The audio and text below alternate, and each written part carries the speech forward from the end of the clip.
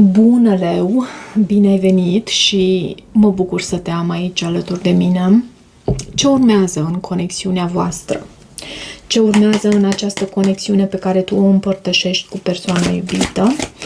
Și am să te rog să te gândești la această persoană, să o aduci în planul mental și să vedem un mesaj ca energie generală din partea acestui oracol. Ce mesaj avem pentru Leu? Pentru Leu Spirit, te rog. Echilibrul este cartea Săgetătorului. Este și cartea denumită Temperanța.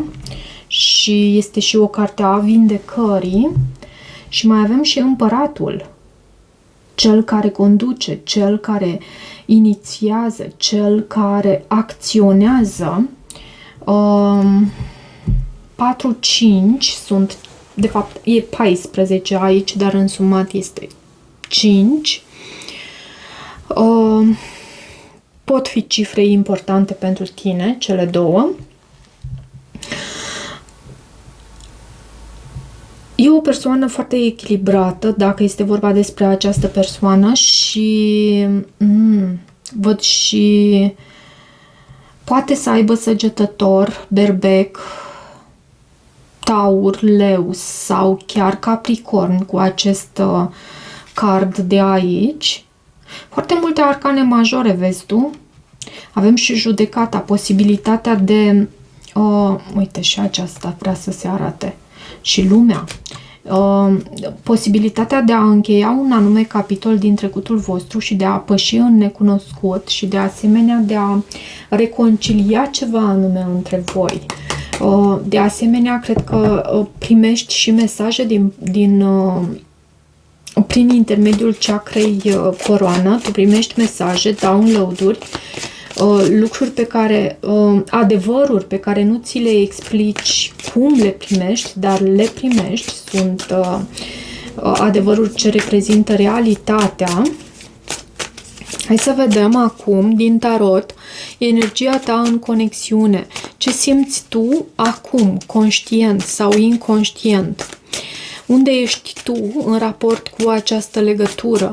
Ce reflectă prezența ta în această legătură? Ce reflectă prezența ta în această legătură?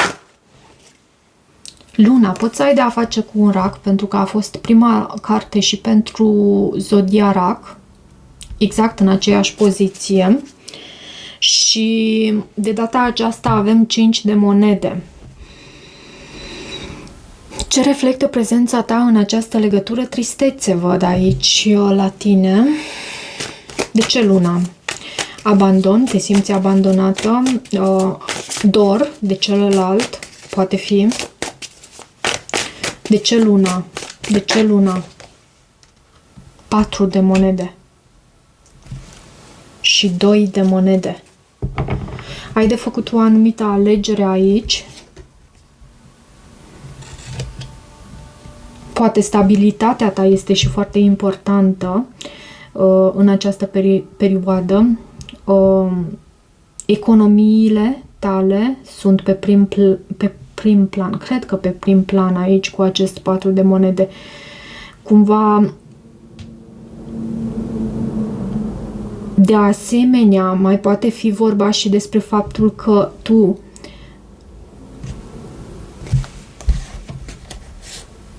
aștepți această persoană și nu reușești să te detașezi, de aceea și acest dor.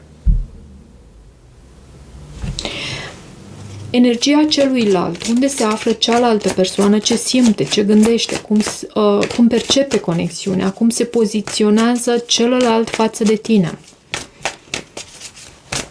Cum se poziționează celălalt față de tine. 6 de cupe. Este o carte care anunță energie din trecut. Și este o carte care de asemenea poate să vorbească și despre dor. Poți să ai de a face și cu o balanță aici, cu acest card Justiția, 3 de bâte și Asul de cupe.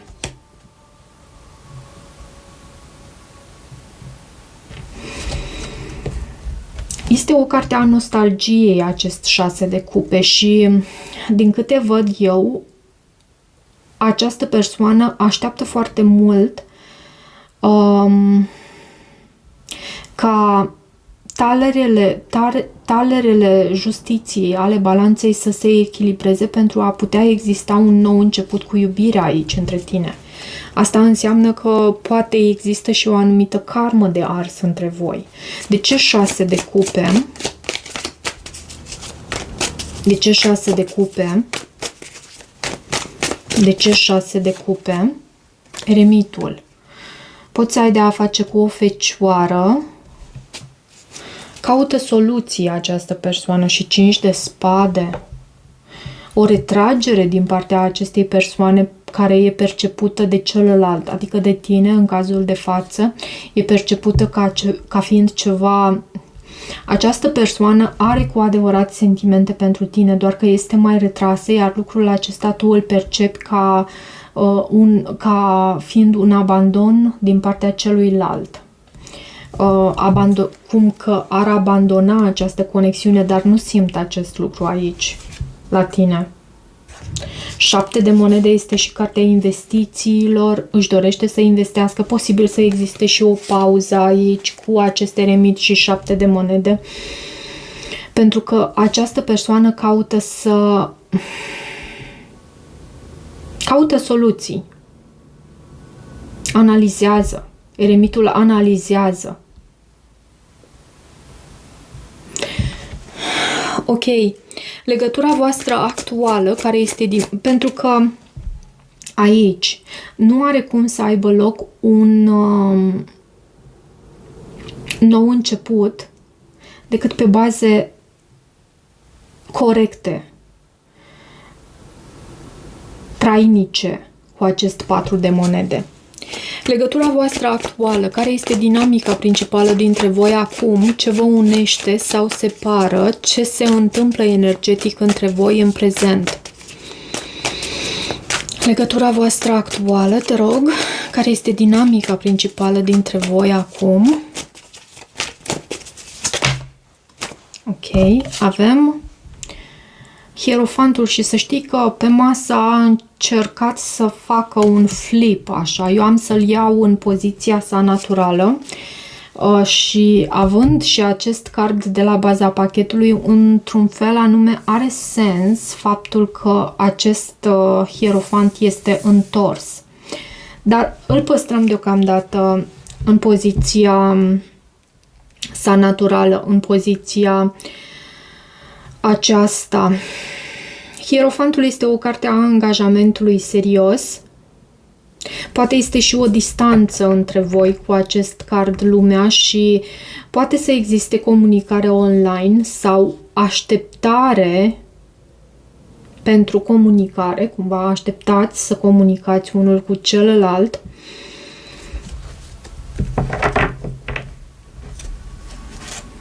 Pentru că văd și acest paj de bâte, este o carte a entuziasmului, a comunicării, așteptării veștilor. Uite-te și tu cum în acest card, acest paj de bâte, își pune mâna căuș la ureche pentru a asculta ciripitul păsărilor, păsările însemnând veștile.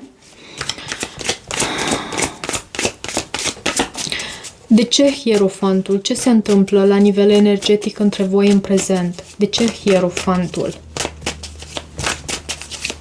De ce hierofantul?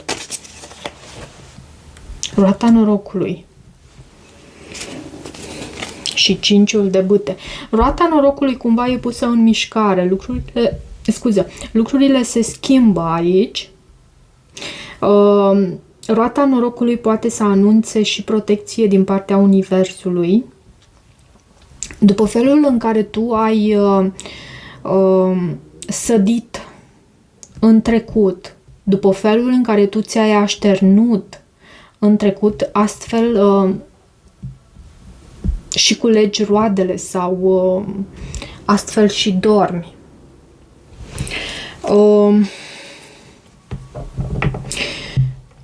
Poate fi și un fel de așteptare aici între voi.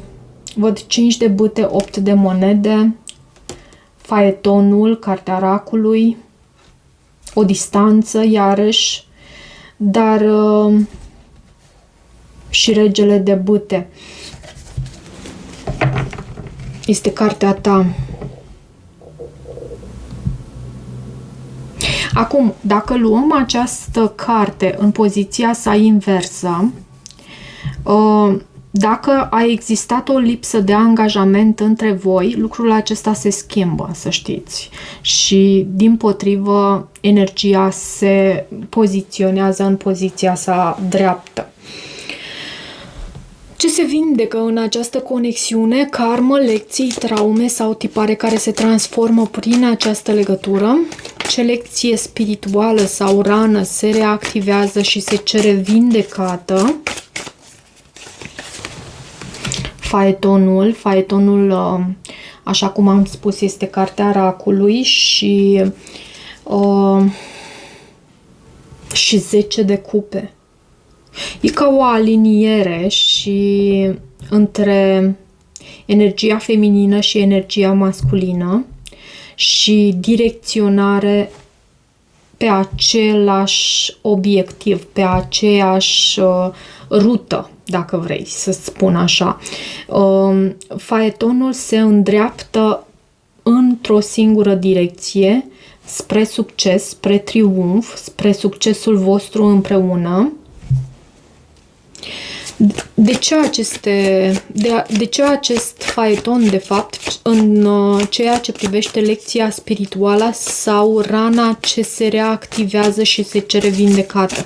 Asta mie îmi transmite faptul că în trecut poate voi nu ați fost aliniați pe aceeași direcție. Faetonul este și o carte a mișcării, care anunță faptul că lucrurile se pun în mișcare, la fel ca și această roată, 10 de cupe.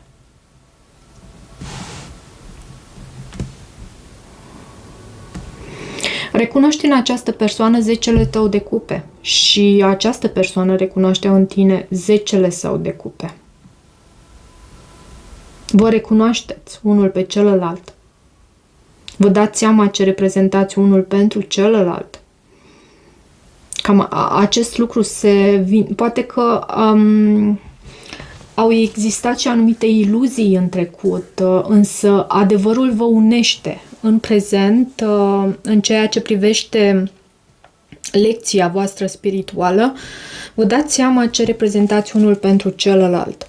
Ce urmează între voi pe termen scurt, în următoarele 2 săptămâni? Cum evoluează conexiunea în următoarea perioadă? Care este direcția în care merge această relație? Asul de bâte, un nou început cu pasiune, atracție, chimie, vitalitate, viață. De ce asul de bâte? De ce asul de bâte? Și poate fi și o carte a inspirației. Și justiția. Cred că tot în citirea ta am vorbit despre faptul că e necesar să porniți la drum împreună, să aveți parte de un nou început și îl avem aici, dar pe baze corecte.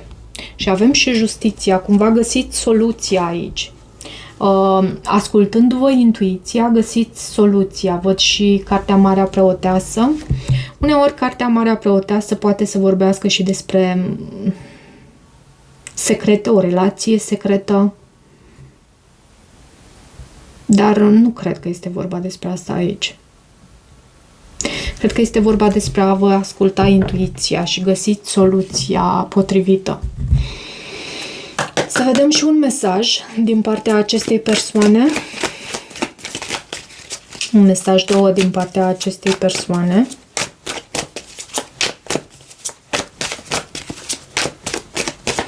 Ce ți-ar transmite din suflet această persoană?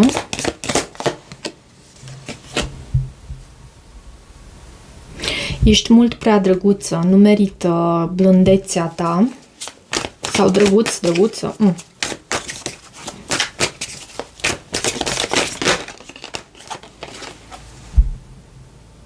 De ce merit pe cineva ca tine? Probabil această persoană are și anumite probleme cu stima de sine. Nu pot să mă opresc din a mă gândi la tine. Și din acest oracol vreau un mesaj și de aici pentru Leu. Ce trebuie să știi tu sau să accepti pentru binele tău superior. Ce trebuie să știi tu sau să accepti pentru binele tău superior. Ups, a venit și cartea. Flacăra rătăcitoare, comori ascunse în umbră, iar la baza pachetului avem urechea acului, intenționalitate, cumva asta ți se cere ție în următoarea perioadă, să treci ca prin urechea acului. Pagina 62. A ieșit foarte des acest card, flacăra rătăcitoare. Comori ascunse în umbră, marele mister, epifania. Flacăra rătăcitoare plutește în gloria sa luminoasă deasupra mlaștinilor crepusculare ale vieții tale, șoptindu-ți să pășești în ceață, în mister, în necunoscut. Poate că ai mai fost vizitat de ea înainte, dar deși curios și intrigat, i-ai refuzat invitația. Ai decis că este mai sigur să rămâi pe drumul pe care îl cunoști. Da, ai întotdeauna posibilitatea de a alege dacă să urmezi sau nu flacăra rătăcitoare, însă nu știi niciodată când ai putea să o întâlnești din nou. Refuzul vine la pachet cu consecințe. De ce este cunoscutul atât de atrăgător? Doar când îți dai seama de restricțiile lui, de închisoarea sa confortabilă, de cușca lui de aur, înțelegi că trebuie să existe mai mult. Flacăra rătăcitoare a venit din nou la tine pentru a-ți oferi magie, dar va trebui să sacrifici certitudinea ca să alegi aventura, să renunți la zona ta de confort în schimbul pericolelor descoperirii, să-ți lași calea bine cunoscută pentru ocolișurile care te pot duce pe căi greșite sau nu. Poți să accepti că pierderea ta te va aduce mai aproape de adevăratul tău sine? Schimbarea profundă adusă de epifanie poate avea loc doar când riști și faci un ocol ca să intri în necunoscut. Acum este momentul să ai încredere în forțele superioare că te vor conduce în acest loc, în aceste lumi ascunse, în pragul dintre ceea ce a fost și ceea ce poate fi. Aici este locul în care vei învăța cum să-ți dai jos cătușele și măștile. Iubește ceea ce descoperi. Întuneric sau lumină. Vezi totul ca fiind divin și găsește puterea liniștită și vibrantă ce te așteaptă să o canalizezi în lume pentru bine. Comoara pe care o găsești, plină de bogăția iubirii și a bunătății, adevărata prosperitate, este gata pentru a fi împărtășită cu ceilalți. Ea este aici pentru tine acum. Vei accepta invitația ei? O mare bogăție de bunătate te așteaptă. Da, ți se deschide un drum aici cu această flacără rătăcitoare și ține de tine ce vei alege. Cam atât pentru această citire, dragilor. Dacă rezonează cu voi, nu uitați să vă abonați canalului, să mai treceți pe aici, să îmi lăsați o apreciere și un feedback al vostru. Eu vă mulțumesc și toate bune!